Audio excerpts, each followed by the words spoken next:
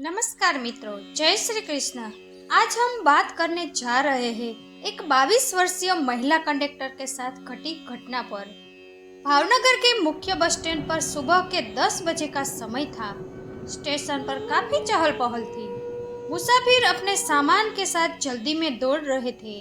कुछ पान की दुकान से चाय सिगरेट खरीद रहे थे तो कुछ अपनी टिकट हाथ में लेकर बस की तरफ भाग रहे थे। इस भीड़ के बीच एक 22 साल की युवती नीता खड़ी थी। आज उसकी नौकरी का दूसरा ही दिन था। पिछले महीने परीक्षा दी और रोजगार मेले के माध्यम से कंडक्टर के रूप में उसका चयन हुआ। सादी नीली साड़ी, कंधे पर झोला और हाथ में टिकट का थैला। उसकी आंखों में आत्मविश्वास चमक रहा था, पर हृदय में थोड़ी घबराहट भी थी। नीता, तू कर पाएंगी।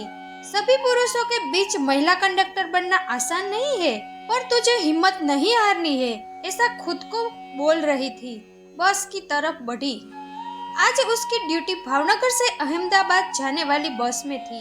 सामने ड्राइवर, बगल में हेल्पर और पीछे मुसाफिर धीरे धीरे बैठने लगे।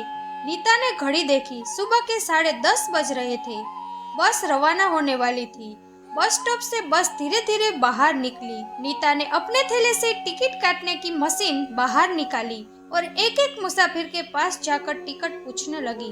कहाँ जाना है? एक अहमदाबाद, 2 अहमदाबाद, ऐसे एक के बाद टिकट दे रही थी। उसी समय सामने सफेद बालों वाले एक वृद्ध को कोने की सीट पर बैठे देखा। साधारण कपड़े, पैरों में पुराने चप्पल और हाथ में फटा हुआ थैला।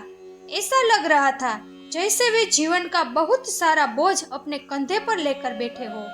नीता आगे बढ़ी। दादा, कहाँ जाना है? दादा ने धीमी आवाज में कहा। बेटी, बस जहाँ खड़ी रहे वहाँ। नीता थोड़ी रुकी। ऐसा क्यों दादा? सच बताइए, कहाँ जाना है? मैं टिकट दे देती हूँ। और तभी दादा की आंखों से आंसू आ गए। बेटी, अब मुझे कहाँ जाना है यह मेरी पसंद नहीं रही। मेरे अपने बेटे ने ही मुझे घर से निकाल दिया है। अब मेरा कोई घर नहीं रहा। मेरे पास 1 रुपया भी नहीं है। टिकट के पैसे कहाँ से दूं? ये बात सुनकर नीता स्तब्ध रह गई। बस के शोर के बीच भी वे शब्द उसके कानों में गहराई तक उतर गए। दादा ने अपना हाथ जेब में डाला और एक छोटी सी सोने की अंगूठी बाहर निकाली। यह अंगूठी मेरी है, तू ले ले बेटी, और इसके बदले टिकट दे दे। इसके सिवा मेरे पास और कुछ नहीं है। इतना कहकर दादा रो पड़े। नीता की आंखों में पानी आ गया। एक पल के लिए उसे अपने दादाजी याद आ गए। बचपन में वे कितने प्यार से उसे कंधे पर बिठाते थे, खिलाते थे और कहानियां सुनाते थे। अगर आज मेरे दादाजी को कोई बाहर निकाल दे तो? यह विचार आते ही उसका हृदय कांप उठा। बस में बैठे कुछ मुसाफिर ये दृश्य देखकर चुप हो गए। किसी ने खिड़की के बाहर देखना शुरू किया तो किसी ने अनदेखा कर दिया, पर नीता ऐसा नहीं कर सकी। वह धीरे से बोली, दादा, आपको टिकट के लिए अंगूठी देने की जरूरत नहीं है। ये सोना आपके जीवन का आधार है, इसे मत छोड़िए। दादा हताश होकर बोले, पर बेटी, टिकट के बिना मैं कैसे जाऊंगा? तू तो ड्यूटी पर है, तेरा नियम है। नीता ने मृदु आवाज में कहा। दादा, नियम से भी बड़ा मानवता का धर्म है। मैं आपसे जुर्माना नहीं लूंगी। यह टिकट मेरे पैसे से है। इतना कहकर उसने अपनी जेब से पैसे निकाले और दादा को टिकट दे दी। दादा की आंखों से आंसू लगातार बहते रहे। बेटी, तू तो मेरी अपनी बेटी जैसी है। मेरे अपने खून ने मुझे ठुकरा दिया और आज तू अनजानी होकर मुझे अपना समझ रही है। मुसाफिरों में भी हलचल मच गई। कुछ लोग बोले, ऐसी लड़कियों की वजह से ही समाज जीवित है। वास्तव में ऐसी ईमानदारी और मानवता हर कंडक्टर में होनी चाहिए। नीता शांत रही, पर उसने दिल में कसम खा ली, जब तक मैं जीवित रहूंगी ईमानदारी और संवेदना नहीं खोऊंगी। नौकरी सिर्फ वेतन के लिए नहीं है, बल्कि लोगों के दुख में साथ देने के लिए है। बस में शांति छाई थी। तब दादा धीरे धीरे अपनी व्यथा बताने लगे।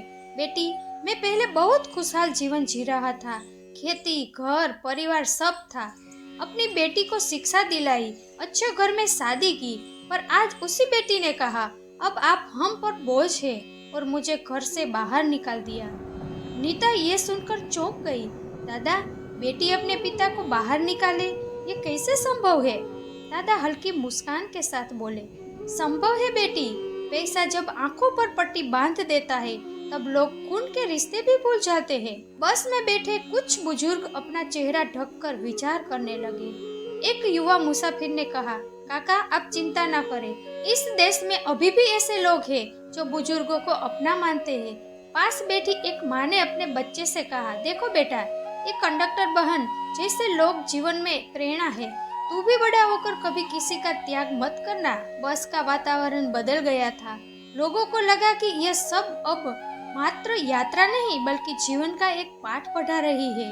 नीता मन में सोच रही थी कि नौकरी के दूसरे ही दिन वह ऐसी कसौटी पर खड़ी है, अगर नियम पकड़े तो दादा को उतारना पड़े और अगर मानवता पकड़े तो ईमानदारी साबित होगी। उसने तय किया कि दादा को सम्मान देना ही सबसे बड़ा नियम है। उसने मन में प्रार्थना की, हे भगवान, मुझे ऐसी शक्ति देना कि मैं इन दादाजी जैसे बेघर लोगों के लिए कुछ कर सकूं। रास्ते में बस एक छोटे ढाबे पर रुकी। मुसाफिर नाश्ता करने लगे। नीता ने दादा से पूछा, दादा आपको कुछ खाना है? दादा संकोच से बोले, बेटी भूख तो है पर पास में कुछ नहीं है। नीता मुस्कान के साथ ढाबे पर गई और 2 थालियां मंगवाई, एक दादा के लिए और एक खुद के लिए। दादा को थाली देते हुए बोली, आज आप मेरे मेहमान हैं। दादा की आंखें फिर भीग गई। बेटी तू मुझे अपनी बेटी की तरह संभाल रही है। तेरे पिता कितने भाग्यशाली होंगे जिन्हें तेरे जैसी बेटी मिली। नीता अंदर से कांप गई क्योंकि उसने अपने पिता को बचपन में ही खो दिया था। बस फिर से आगे बढ़ी। शाम होते हुए वह अहमदाबाद के नजदीक आई। दादा की आंखों में थोड़ी चमक दिखी। बेटी बस से उतरने के बाद क्या तुम मुझे मेरे दोस्त के घर तक ले जा सकेंगी? नीता बोली, अवश्य दादा, मैं आपके साथ हूँ। ड्राइवर भी मुस्कुराकर बोला, कंडक्टर बहन, आपका दिल बहुत बड़ा है। हमें गर्व है कि आप हमारे साथ हैं। बस स्टैंड पर उतरने के बाद नीता दादा को लेकर एक छोटी गली में पहुंची। एक पुराना घर, लकड़ी का दरवाजा। दादा ने धीरे से दरवाजा खटखटाया। अंदर से एक वृद्ध व्यक्ति बाहर आई। अरे रमेश भाई, आप यहाँ? दादा की आंखों से आंसू बहने लगे। हाँ मित्र, घर से निकाल दिया गया हूँ, अब तेरे पास ही आसरा मांगने आया हूँ। मित्र ने तुरंत उन्हें गले लगा लिया। दोस्त, यह घर तेरे लिए हमेशा खुला है, चल अंदर। दादा मित्र के घर में दाखिल हुए। नीता बाहर खड़ी रही। दादा ने मुड़कर देखा, बेटी तू मेरे लिए भगवान है। अगर आज तू न होती तो मैं सड़क पर पड़ा होता। नीता धीरे से बोली, दादा मैंने तो बस अपना फर्ज निभाया है। आशीर्वाद दीजिए कि हमेशा ईमानदारी और मानवता के साथ जी सकूं। दादा ने हाथ उठाकर आशीर्वाद दिया। तेरा प्रकाश कभी बुझे नहीं बेटी। नीता हल्की मुस्कान के साथ वापस बस स्टैंड की ओर चल दी। उसके दिल में संतोष था। आज का सफर मात्र एक ड्यूटी नहीं थी बल्कि जीवन का एक बड़ा पाठ था। मानवता सबसे बड़ा धर्म है। नियम और कानून व्यवस्था बनाए रखने के लिए होते हैं, लेकिन किसी लाचार की मदद करना और इंसानियत दिखाना सबसे बड़ा धर्म है। ईमानदारी का अर्थ केवल सच बोलना नहीं, अपनी ड्यूटी को सेवा समझकर करना और किसी का सहारा बनना ही सच्ची ईमानदारी है। बुजुर्गों का सम्मान करना। माता पिता और बुजुर्ग हमारे जीवन की नींव होते हैं। उन्हें बोझ समझना न केवल सामाजिक बुराई है बल्कि नैतिक पतन भी है। एक छोटी सी मदद बदल सकती है दुनिया। नीता की एक छोटी सी मदद ने न केवल दादाजी का जीवन बनाया बल्कि बस में बैठे सभी मुसाफिरों को मानवता का पाठ पढ़ाया। नियम इंसान के लिए होते हैं पर इंसानियत के लिए कोई नियम नहीं होता। मानवता ही सबसे बड़ा धर्म है। सच्ची ईमानदारी वह है जो वर्दी के पीछे छिपे इंसान को दूसरों के दुख में खड़ा कर दे। माता पिता बोझ नहीं, वो आशीर्वाद है। आज आप उनका सहारा बनेंगे तो कल कोई आपका सहारा बनेगा।